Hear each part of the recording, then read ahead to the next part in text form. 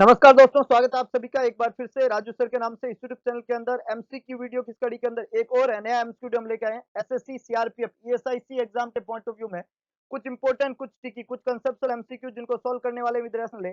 आप लोगों से गुजारिश, फटाफट से वीडियो को लाइक कर दीजिए, चैनल को शेयर कर दीजिए, वीडियो को शेयर कर दीजिए और चैनल को अभी तक आपने सब्सक्राइब नहीं किया तो सब्सक्राइब जरूर कर दीजिए। तो शुरुआत करते हैं एक बेहतरीन एमसीक्यू सेशन की। कुछ इंपॉर्टेंट, कुछ ट्रिकी, कुछ कंसेप्चुअल एमसीक्यू जिनको सॉल्व करने वाले हैं विद्यार्थी। लाइक, शेयर एंड सब्सक्राइब करना ना भूले। फटाफट से वीडियो को लाइक कर दीजिए, शेयर कर दीजिए ताकि मैक्सिमम लोग हमसे जुड़ सके और एक बेहतरीन सेशन चलता है तो आप उसको जरूर अटेंड करें और अपने आप को प्रूव करें कि आप कहां तक स्टैंड करते हैं इस स्टडी प्लान के अंदर। तो शुरुआत करते हैं इस बेहतरीन एमसीक्यू सेशन की। आज के इस वीडियो का सबसे पहला एमसीक्यू आप लोगों के सामने ये रहा। A client with AIDS asked the nurse why he cannot have a pitcher of water at his bedside so he can drink whenever he likes. The nurse should tell the client that AIDS का patient है, ये पूछ रहा है, ads का patient जो है वो पूछ रहा है नर्स से कि क्यों नहीं है उसके पास में घड़ा पानी का बेड साइड पे, ताकि वो जो है पानी पी सके जब भी उसको पानी की जरूरत हो। तो आप एज ए नर्स क्या बोलेंगे उसको? फर्स्ट ऑप्शन है यहाँ पे, first it would be best for him to drink tap water. Second is to drink less water and more juice. Third, leaving a glass of water makes it easier to calculate his intake.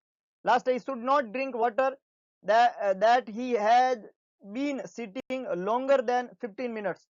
फटाफट से जवाब लिखिएगा, which is the correct one?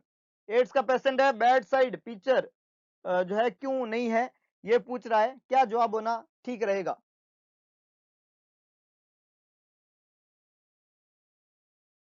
फटाफट से जवाब लिखिएगा। Concept clear है? जब एड्स का पेशेंट होता है तो इम्यूनो कॉम्प्रोमाइज होता है। कंसेप्ट क्लियर है? एड्स का पेशेंट जो होता है उसकी इम्यूनिटी कम होती है, वो मरीज इम्यूनो कॉम्प्रोमाइज होता है। जब मरीज का इम्यून पावर कमजोर रहेगा, मरीज इम्यूनो कॉम्प्रोमाइज रहेगा, तो उसमें इन्फेक्शन होने की संभावनाएं ज्यादा होती है। उसमें क्या होने की संभावना ज्यादा होती है? इन्फेक्शन होने की संभावनाएं ज्यादा होती है। तो मरीज को कभी भी नहीं पीना होता है पानी जो कि 15 मिनट से ज्यादा टाइम तक पड़ा हुआ है। अगर पानी जो है 15 मिनट से ज्यादा टाइम तक पड़ा हुआ रहेगा तो उसमें बैक्टीरियल ग्रोथ हो जाएगी और बैक्टीरियल ग्रोथ होने की वजह से मरीज को उस पानी को पीने से इन्फेक्शन हो सकता है।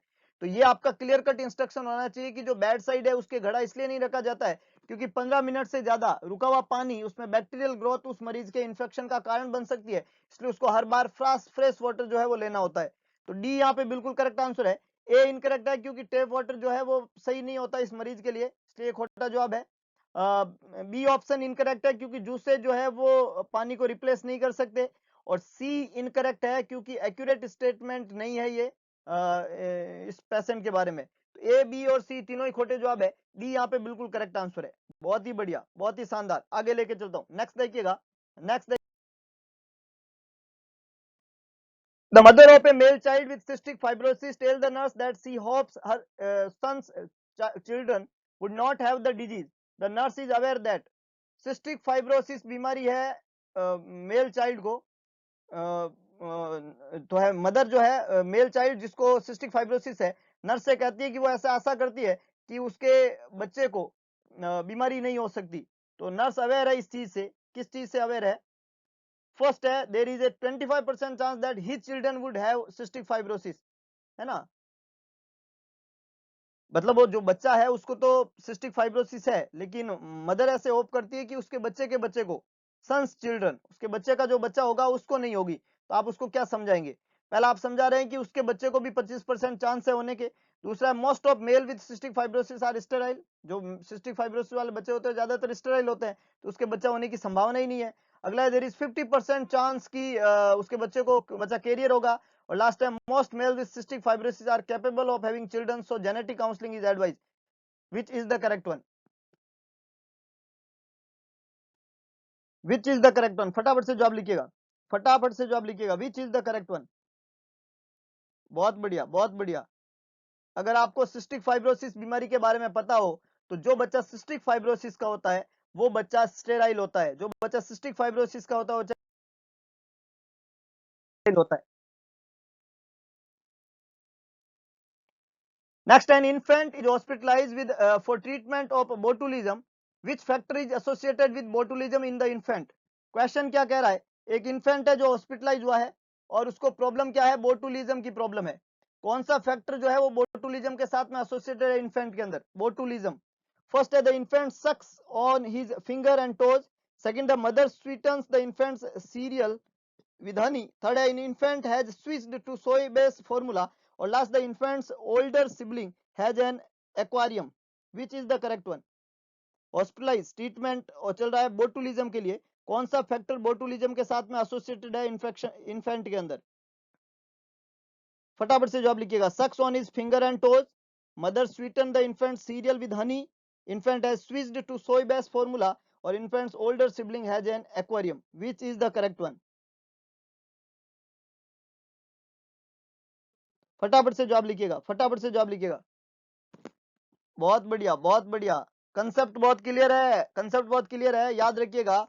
बोटुलिज्म जब बीमारी होती है, बोटुलिज्म क्लोस्ट्रीडियम बोटुलिनम इसका पॉजिटिव ऑर्गेनिज्म है, और जब ये बोटुलिज्म वाली बीमारी होती है क्लोस्ट्रीडियम बोटुलिनम पॉजिटिव ऑर्गेनिज्म के द्वारा, तो जो इन्फेंट 2 साल से छोटा होता है उसको कभी भी हनी फेड नहीं करना चाहिए, क्योंकि उसमें इन्फेक्शन होने की संभावना होती है, वो रिस्क पे होता है ना। जिस बच्चे में इन्फेंट में बोटुलिज्म का फैक्टर एसोसिएटेड है, तो बोटुलिज्म का जब आप ट्रीटमेंट करते हैं तो उसको स्वीट चीज नहीं देनी होती है। तो ऑप्शन बी यहाँ पे इनकरेक्ट है, mother sweeten the infant's serial with Honey, इससे बच्चा जो है वो इन्फेक्शन की रिस्क पे हो जाता है। तो बी यहाँ पे इनकरेक्ट है, ये नहीं करना है। ए सी और डी, ए सी और डी जो है उसका रिलेशनशिप इस सिचुएशन से नहीं है, मतलब ये चीजें हो सकती है ना, तो उनका प्रॉब्लम नहीं है। बी आंसर जो लिखा हुआ है कि mother sweeten the infant cereal with Honey, ये खोटा जवाब है, क्योंकि बोटुलिज्म अगर बच्चे को है तो उसको ये चीज नहीं लेनी होती है, ये नहीं करनी होती है, हनी इंटेक नहीं करना होता है, इन्फेक्शन की रिस्क पे होता है बच्चा।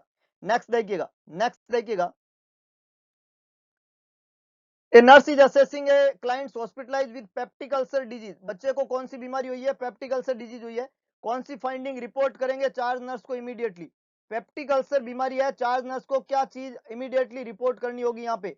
फर्स्ट ऑप्शन है बीपी 80/60 और पल्स 120, सेकंड है 68 पल्स और रेस्पिरेशन 24, थर्ड है बीपी 110 और 88 और पल्स 56, और लास्ट है पल्स 82 और रेस्पिरेशन 16। फटाफट से जवाब लिखिएगा, which is the correct one, which is the correct one? Peptic ulcer बीमारी के अंदर ब्लीडिंग होने की संभावना है, और ब्लीडिंग जब होगी तो बॉडी में हाइपोटेंशन के साथ में टेकिकार्डिया होगा। कंसेप्ट क्लियर है, पेप्टिक अल्सर ब्लीडिंग होगी, ब्लीडिंग से हाइपोटेंशन के साथ में टेकिकार्डिया होगा, ये साइन ऑफ ब्लीडिंग है। तो इमीडिएटली आपको हाइपोवोलेमिक शॉक जो है वो रिपोर्ट करना है। ए आंसर यहाँ पे करेक्ट है, बीपी 82/60 एंड पल्स 120, ये हाइपोटेंशन और टेकिकार्डिया जो है वो ब्लीडिंग को इंडिकेट करते हैं। तो ए यहाँ पे करेक्ट आंसर है, बी सी और डी तीनों ही खोटे जवाब है। ए बिल्कुल करेक्ट आंसर है, बी सी और डी तीनों ही खोटे जवाब है। आगे लेके चलता हूं, नेक्स्ट देखिएगा, नेक्स्ट देखिएगा। Noble nursing institute, Noble nursing institute, आप प्ले स्टोर पे जाइए, नोबल नर्सिंग इंस्टीट्यूट टाइप करिए, वहां पे आपको ये लोगो मिलेगा। नोबल नर्सिंग इंस्टीट्यूट का ऐप है, उसको इंस्टॉल करना ना भूले। नोबल नर्सिंग इंस्टीट्यूट का ऐप है, उसको इंस्टॉल करना ना भूले। इंस्टॉल करने के अलावा आप उसको रेटिंग दे ऐप को, और अपना सुझाव जरूर डाले वहां पे। ऐप इंस्टॉल करें, इसमें बेहतरीन फीचर है, टेस्ट सीरीज है, सारी चीजें आपको इन फ्यूचर अवेलेबल रहेगा वहां पे। इसके अलावा दूसरा काम आपको करना है, नोबल नर्सिंग इंस्टीट्यूट का ऑफलाइन क्लासेज बहुत जल्दी स्टार्ट होने वाली है, तो आप जल्दी से अपना रजिस्ट्रेशन कंफर्म करें। रजिस्ट्रेशन करवाने के लिए 8949993477 के ऊपर अपना फोन पे यूपीआई आईडी से पेमेंट करें। 1000 पे करके आप अपना रजिस्ट्रेशन कंफर्म करें। डॉक्टर एमडी सर के द्वारा संचालित ये इंस्टीट्यूट जो आपके एक बेहतरीन भविष्य की कामना करता है और एक बेहतरीन प्लेटफॉर्म आपके लिए लेके आया है। 7272029029 और 8949993477, किसी भी तरीके का आपको अगर संशय है तो इस पे आप अपना संपर्क करें।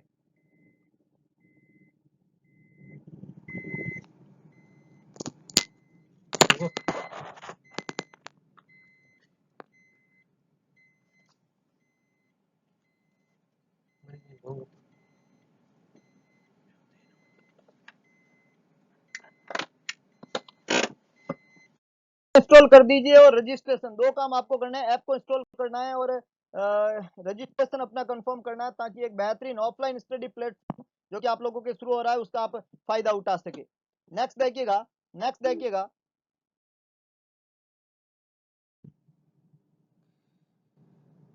Next, when we teaching the client with ads regarding proper food preparation, which statement indicate that the client need further teaching? The question is asking when you are going to teach a patient with AIDS regarding proper food preparation, which statement indicate that the client need further teaching? इसका मतलब है कोई एक wrong statement है जो client ने किया है। चार ऑप्शन में तीन स्टेटमेंट जो है वो करेक्ट है, मतलब he learned about the how food is prepared, कैसे तैयार किया जाएगा, लेकिन एक ऑप्शन जो है वो इनकरेक्ट है। First, I should avoid adding paper to food after it is cooked. Second, I can still have an occasional medium rare stick. Last, eating cheese and yogurt would not help prevent AIDS related diarrhea. And last, I should eat fruits and vegetables that can be peeled. Which is the correct one? Proper food preparation के बारे में यहाँ पे पूछा है, और आपको ध्यान रखना है कि the patient is suffering from acquired immunodeficiency syndrome. When he is suffering from acquired immunodeficiency syndrome, which food item is problematic? Which food item is problematic? And the correct answer is B. The correct answer is B.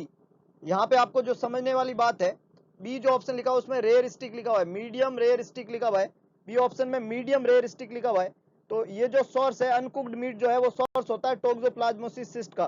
Toxoplasmosis जो है वो encephalitis कर सकता है acquired immunodeficiency syndrome वाले मरीज के अंदर। तो अगर आप टोक्सोप्लाज्मोसिस का इन्फेक्शन प्रिवेंट करना चाहते हैं तो उसको अनकुक्ड मीट जो है आप प्रीफर नहीं कर सकते। ए, सी और डी तीनों ही स्टेटमेंट जो है वो करेक्ट है रिगार्डिंग फूड प्रिपरेशन, इसलिए आंसर नहीं बन सकते। सी, अगर बी ऑप्शन जो पेशेंट बोल रहा है मीडियम रेयर स्टिक, तो ये इनकरेक्ट है, क्योंकि अगर वो इसका इंटेक करता है तो उसको टोक्सोप्लाज्मोसिस की वजह से एनकेफेलाइटिस होने की रिस्क पे रहता है पेशेंट। नेक्स्ट देखिएगा, नेक्स्ट देखिएगा। A client taking isoniazid asks the nurse how long she must take the medication before her sputum culture will return to normal. She recognized that the client should have a negative sputum culture within. Isoniazid as a prophylactic दी जाती है। Anti tubercular treatment की first line category के अंदर चार drug आती है, isoniazid, रिपाम्पिसिन, pyrazinamide और इथाम्बुटोल। ये चार ड्रग फर्स्ट लाइन कैटेगरी में आती है, और स्ट्रेप्टोमाइसिन पांचवी दवाई होती है फर्स्ट लाइन कैटेगरी की। तो ये जो ड्रग जब किसी पेशेंट को दिया जाता है तो इस दवाई को देते समय मरीज का स्पुटम कल्चर करवाया जाता है, और ये पूछा जा रहा है कि स्पुटम कल्चर की रिपोर्ट कितने टाइम में नॉर्मल आने पे ये दवाई जो है उसको डिसकंटिन्यू किया जा सकता है या दवाई को बंद किया जा सकता है। तो एज ए प्रोफाइलैक्टिक जब आइसोनियाजाइड लिया जाता है तो वीक में आपको यहाँ पे पूछा है कल्चर की रिपोर्ट नेगेटिव कितने टाइम में आता है, 2 वीक, 6 वीक, 2 मंथ और 3 मंथ। चार ऑप्शन यहाँ पे है। आइसोनियाजाइड एज ए प्रोफाइलैक्टिक लिया जाता है स्पुटम कल्चर की रिपोर्ट नेगेटिव आने तक, और इसका मिनिमम कोर्स ड्यूरेशन जो होता है, very good very good, maximum लोगों का ने करेक्ट जवाब दिया। मिनिमम कोर्स ड्यूरेशन जो है वो 3 मंथ का रहता है। डी यहाँ पे बिल्कुल करेक्ट आंसर है।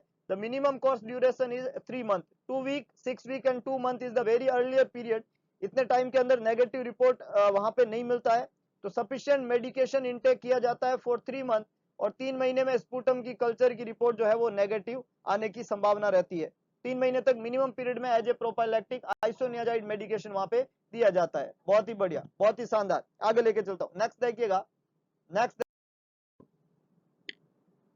विच person is at greatest risk for developing Lyme disease? Lyme disease कौन से मरीज को होने की पूरी संभावना है? लाइम डिजीज जो है वो किस मरीज में होने की पूरी संभावना है? Question is asking about the Lyme disease which is transmitted by ticks. Tick के द्वारा ट्रांसमिट होती है ये बीमारी, डियर और माइस के अंदर पाई जाती है, वुडन एरिया के अंदर पाई जाती है लाइम डिजीज। तो लाइम डिजीज ट्रांसमिट किन लोगों में ज्यादा होती है? Computer technician, middle school teacher, dog trainer, forestry worker. Simple सी बात है, जब हम कह रहे हैं कि लाइम डिजीज स्टिक बोर्न होती है, और ये बीमारी जो है ज्यादातर डियर और माइस और वुडन एरिया जो होते हैं वहां पाई जाती है। वुडन एरिया में काम इन चार तरीके के लोगों में किनका रहेगा? Computer technician, middle school teacher, dog trainer, forestry worker. Definitely wooden area जो है वो फॉरेस्ट्री वर्कर के एक्सपोज, फॉरेस्ट्री वर्कर जो है वो वुडन एरिया के एक्सपोज में ज्यादा रहते हैं। तो डी यहाँ पे करेक्ट आंसर होगा, फॉरेस्ट्री वर्कर एक्सपोज में ज्यादा रहेगा वुडन एरिया के, और जब ये एक्सपोज में रहेगा तो इसको लाइम डिजीज होने की संभावना है। टिक बोर्न डिजीज होती है लाइम डिजीज, डियर और माइस उसके द्वारा ट्रांसमिट होती है लाइम डिजीज। तो डी यहाँ पे करेक्ट आंसर है। ए, बी और सी ये तीन जो प्रोफेशनल वर्कर है इनका एक्सपोज जो है वो वुडन एरिया से नहीं होता है, इसलिए तीनों ही खोटे जवाब है। बहुत ही बढ़िया, बहुत ही शानदार। नेक्स्ट देखिएगा। The question is, following eruption of the primary teeth, the mother can promote chewing by giving the toddler. Primary teeth, milk teeth, deciduous teeth, temporary teeth इनको नाम हम बोलते हैं। इनके इरप्ट होने के बाद में जो मदर है वो क्या चीज टोडलर को च्यू करने के लिए प्रमोट करेगी? कौन सी चीज टोडलर को च्यू करने के लिए प्रमोट करेगी? जब उस बच्चे में प्राइमरी टीथ का इरप्शन हो चुका होता है। Which is the correct one? First है piece of hot dog, celery stick, Melba toast, grapes. 4 चीजें यहाँ पे ली हुई है। प्राइमरी टीथ का इरप्शन हो चुका है तो टाइम पीरियड लगभग 3 ईयर की एज हो चुकी है। टोडलर एज उसको हमने बोला, 1 to 3 ईयर का एज। क्या चीज जो है उसको दिया जा सकता है इन द टोडलर एज? क्या चीज दिया जा सकता है? Piece of hot dog, celery stick, Melba toast और grapes. Toddler age easily chewable यहाँ पे चीज प्रीफर करनी होती है। Piece of hot dog, celery stick and grapes जो है वो अनसुटेबल है टोडलर के लिए, क्योंकि इससे रिस्क ऑफ एस्पिरेशन होती है। इन तीनों चीजों में टोडलर में रिस्क रहती है एस्पिरेशन की। तो आप हॉट डॉग नहीं दे सकते, सेलरी स्टिक नहीं दे सकते और ग्रेप्स वहां पे नहीं दिया जा सकता। मेलबा टोस्ट जो है वो एक सुटेबल फूड आइटम है एक टोडलर के लिए। च्यूइंग पैटर्न से ये प्रमोट करेगा च्यूइंग को और इजीली मैनेज हो जाएगा टोडलर के द्वारा, और रिस्क ऑफ एस्पिरेशन जो है वो मिनिमम रहती है यहाँ पे। तो यहाँ पे करेक्ट आंसर क्या रहेगा? C, Melba toast is the correct one. Next देखिएगा, नेक्स्ट देखिएगा।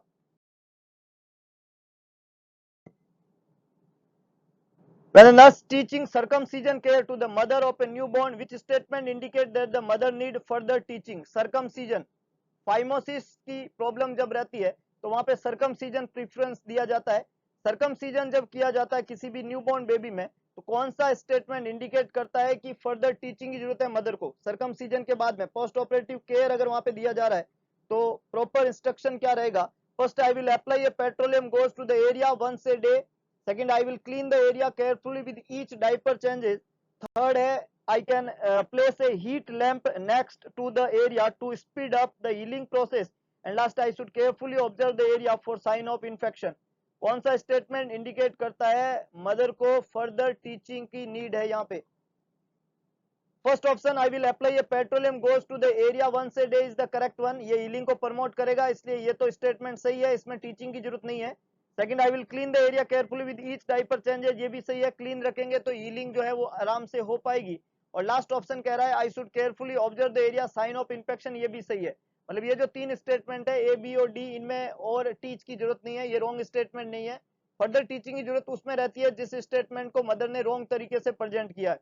और ऑप्शन सी जो है कि हीट लैंप जो है वो रखेंगे हीलिंग को स्पीड अप करने के लिए, ये खोटा जवाब है। इसको करने की जरूरत नहीं है, ये बच्चा को रिस्क पे रखता है बर्न की, और इसकी कोई एक्सटर्नल हीट की कोई जरूरत नहीं रहती है हीलिंग को प्रमोट करने के लिए। तो सी यहाँ पे खोटा जवाब है। ए, बी और डी तीनों ही आंसर जो है वो नहीं बनेंगे, तो सी यहाँ पे करेक्ट आंसर बनेगा। इनकरेक्ट स्टेटमेंट है ऑप्शन सी। बहुत ही बढ़िया, बहुत ही बढ़िया। नेक्स्ट देखिएगा, Noble nursing institute. Play store पे जाइए, वहां पे आपको टाइप करना है नोबल नर्सिंग इंस्टीट्यूट के नाम से, ये लोगो आपको मिलेगा। ऐप है, इंस्टॉल करिए।